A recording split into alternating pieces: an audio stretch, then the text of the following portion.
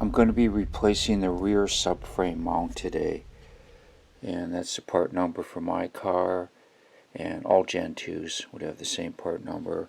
It gets mounted to the rear of the subframe right there, and then that's the rear axle. It'd look more like this underneath the car. So before I replace the part though, I want to measure it and see if it helps with the sag at all.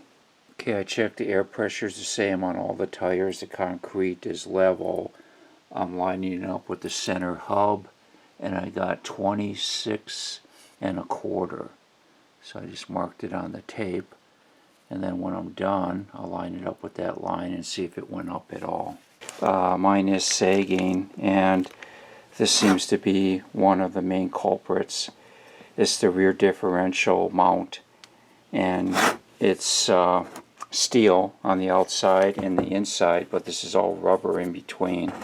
There's 4 13 millimeters, and then the 2 big nuts are 22 millimeters to have a jack under there to support the weight. Otherwise, the differential is going to drop. The 4 13s go into the subframe. The back part is flat, and the one that goes to the front has that scallop. So it would go like this. I think I'm going to try breaking these 22 millimeters first just to get them loose. Alright, I got PB Blaster on everything. I got the bottom bolt out with the breaker bar, but I had to whack it with a dead blow.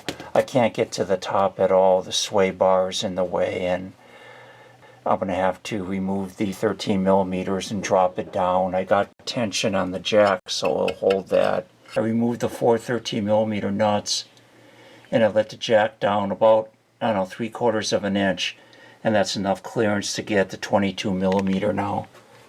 And it's just coming out by hand now. Oh, there it is. Oh, here's the new part. Here's the old one. I thought the rubber on the old one might be cracked or something obvious, but this right here is dropped down. There's a pin on top, and there's a gap there, whereas this one's up tighter. So that would mean that this would be down, I don't know, 1/2 an inch, maybe more. So maybe that would make it sag. Alright, these cleaned up nice. And these little ones too. I got Loctite on there.